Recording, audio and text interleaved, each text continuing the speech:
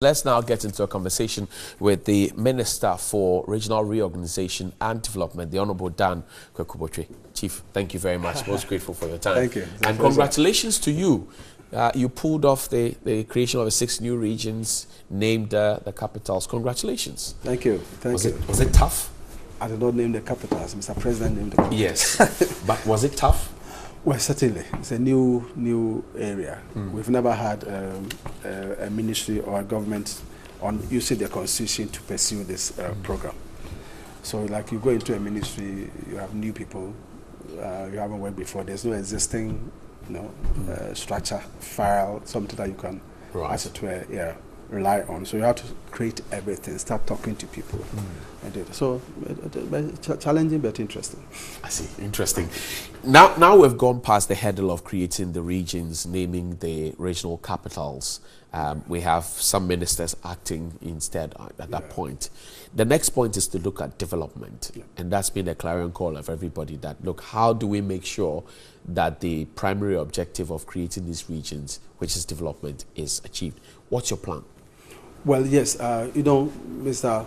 President named the Ministry of Regional Reorganization and Development. So obviously people have been asking, if you finish the reorganization, then development. Right. So obviously, in our budget for this year, which we started preparing last year, we put together in consultation with others. First, we knew that if they succeeded in the 6 regions, by succeeded means qualifying by the 50% turnout and the 80%, and assuming we had all the 6 qualifying, therefore there will be an establishment of 6 new regions. So we interacted with the local government service. Okay. They handle the decentralized departments. So we interacted with them that first you need to have the establishment in all these 6 regions. So in your budget, make sure you take care of it and cater for it and start, planning towards it. These are new regions. You will have to second people to take care of the regional administration, regional coordinating council, and all that. So we started that process, and you need that structure to pursue any developmental agenda. So we started that, and after the elections, in fact, this week today we are continuing our discussions with them. Then again, we also put up a consultation with National Development, the Ministry of Planning, some short, medium to long term. Regions are created. How did they start functioning? Where did this go and all that? Of course, the difficulty of not knowing the capitals and therefore being very careful about it meant that you could not go around looking for structures or spaces where you may build because you didn't know where the capital would be. So that action was not a bad. We had the immediate things that you have to do to the medium term. Then more importantly, after the elections, Mr. President on 3rd or 4th of January set up this ministerial team he talked about during the inauguration, and asked us to give me the immediate plans, something that should let people know that with all these aspirations and with all this enthusiasm that have been met, what will make them feel that yes, we have achieved our long-held desire, and this is the reason why we can feel it. So immediate developmental plans. So that has been put up. Okay. But it's only fair that we should wait for the regional coordinating council to be set up, because that comprises district chief executives, presiding members of the assemblies, and chiefs from the area will come. In addition to this establishment that I'm talking of, the new regional minister, they'll put before them that, well, the National Development Planning Commission have done some work. District Ministry of Planning, Professor Jambo Alfred, is meeting with my ministry to try to, as it were, go through some of these initial plans that people have made. So when those things are done, then we'll sit with the new regional administration setup, because it's only fair that they also go through. We met some of the district chief executives during the campaign time. We are not involved in the campaign, but it drew their attention. They should come with their coordinating directors. In case you succeed, what are the plans you have? First as a district, and then we consolidate it.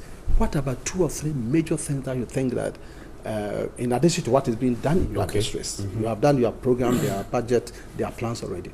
But there should be 2 or 3 things maybe that will capture the real desires. And the RCC will have to look at that. Yes, to deal. So since we didn't have the RCCs, okay, we got the district assemblies to start thinking about these things. Okay. And then when the RCC are there, because they are part of the RCC, absolutely, then we'll consolidate. An integral part of it. Yeah. Interesting that the choice of regional capitals came with a lot of ethnic, if you like, dimensions. Yeah. Have we been able to, after we selected the 6, been able to rally the people around one flag so that they can forge forward? Have we been able to do that? I think so. In actual fact, a lot have been done. We anticipated it, right from 2017. And in actual fact, if you visited me today in my office, I'll show you files that had application or petition for regional capital in 2017. Wow. Yes. People were yearning for it. Yes, 2017. That's even before the Justice Commission finished their work. Wow. That's whether they will qualify, or even the commission will recommend that their petition should be accepted. People apply for capital. Yes. So you anticipated this? Anticipated, and we started working towards it. In actual fact, it got to a time we had to be a bit, I don't know what the right word to use, but we had meetings with them and said, look, no discussion of capitals. Any attempt by anybody to start justice for capital, we will not entertain that. And therefore our petition will not, we don't have our involvement in it. And the chiefs themselves met. Fortunately, this thing was all spearheaded by the chiefs. So we met and there were serious discussions about that. There are calls for... And they knew it. They knew, they have ideas which some of the places should be and all that. And they met among themselves. And I really, really thank the chiefs, because they said no, under no circumstance are we going to get this capital thing as it were, disturb the unity we've had.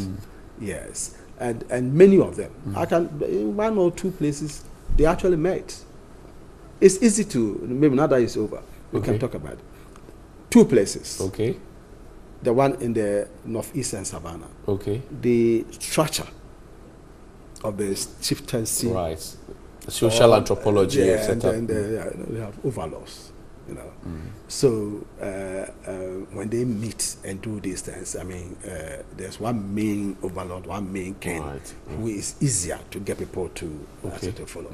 The unfortunate thing that happened in Salaga is so unfortunate and so sad, because... Did you anticipate that too? No, because you see, they were one of the people who were so organized in their structure, in their campaigning structure, very well organized. They got people to lead it. They had different departments of their campaign. They copied my office. Director of campaign program, director of this educational program, agriculture. They had all these things in place.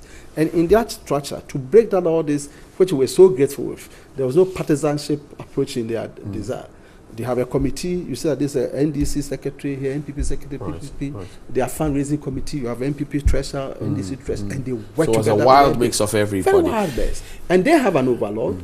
And after they campaigned the results, they all met in Damango Senior High School. They said, I thank all of you, the way you have worked for us to get this thing, and thank them, dissolve the campaign committees. They now should have committees that will help them in their developmental agenda. And they actually set committees. Let's talk about... so it shouldn't have happened. There was all the chiefs in the kingdom met, all the opinion leaders met, and they actually discussed their capital. They openly did it. And there was consensus. So they chose their capital. So it's just a purely isolated by some disgruntled, youth. Let's talk about the allocation of 20 million to develop. What went into it? What went into the calculation to decide that let's give them 20 million? Oh no, that was miss of finance. But that's where the key word is seed. So it's seed money. Yeah, seed money. It's seed money. But what went into calculation? Oh, sure. In the budget, in the allocation, all ministries submit their budget plans. And if I'm sure you may know, the ministries submit their plans, and it's about 50 million. You get 30 million. You don't get all that you need. But the important is that they have to take off. That today they've been set up. There should be some what do you call it? They have to look for accommodation. How do they get it? They have to get some furniture, they have to get many things, they have to send people around. There should be some seed capital for any organization to take off. So that is it. So I don't think that is going to be used for their whole, to implement the whole developmental agenda. Else, Mr. President wouldn't have set up this ministerial committee to come out with what you call immediate developmental plans. What do you say to those who think that, look, your work is done, you have done a fantastic job, you should, your ministry should be collapsed because there's the Ministry of Planning, the Ministry of Special Initiative, Business Development, there's the Ministry of Local Government. I mean, there are a lot more ministries that could possibly handle this. And so now that you have done it, you should go to other duties. And so we are discussing it now. I will tell you that as of today, last night I was on the phone with the regional minister for Northern Region. Okay. Discussing some of the immediate things that should be done. We have to now go back to the regions and talk. We have been working with them, we've been talking for the past 2 years, and it's easier for you to continue with them to discuss all their plans. And I've told you earlier on that we asked for their developmental plans from the districts, right? And now have to find a way of consolidate it. And what we have already done, we have submitted the plan Mr. President requested, gave us 2 weeks. It's ready. Right. We have to go back and see how we interface with them. So there's still work to be done towards the development. That's why the ministry was creating regional reorganization and development. So your work is not ended yet? Well, the work is not ended because we have the development aspect to pursue, and I think we are quite clear what we want to do. But we always work to the pleasure of Mr. President. Yes. Interesting. Let's finally look at the how to draw the district assemblies along. And I'm asking this question because, yes, we have had them. We have created some new districts and all of that. But the people at the grassroots say, look, because the DC or the MC doesn't answer to us, he answers to the president, we can't even find him. So the pressure comes on those of you who are MPs to come and solve the problems that the DCs should have solved. They are the development agents. How do we change that psyche and draw them along in these 6 new regions so that we can at least be a shining example to the others? Well, it can only be, it's a matter of policy. The DCs are not elected. They are appointed by Mr. President. Again, if you look at the Local Governance Act, right, I think like 936 or so, for the first time, the act that we have has a major part that talks about regional coordinating council, their role and their function. I think it's part 8 of it also. Yes, that's true. Yes, and if we really follow it, it's a question of doing what we all have agreed to do in our laws and our regulations. The planning function, the coordination, they have, I think, supervisory functions all there. And they even outline some of departments and the role they should play. And then the monitor. IGF and everything. If the region is really doing that. Because in the first place, the RCC, as we have just already intimated, is the presiding member of an assembly. Right. The DC, you are part of the RCC. Right. So we all go with your development plans and say, this is what we are going to do. So there's also the argument that with this regions of them being smaller, they should better supervision. So we can have value for money. The coordinating council should not leave the assemblies to their own destiny. They should be able to look, we say you do this, are you doing this? And getting regular reports supervises them very well. Some will say, let's go back to the upper regions, Upper East, Upper West. The example was created, Greater Accra created from the Eastern region.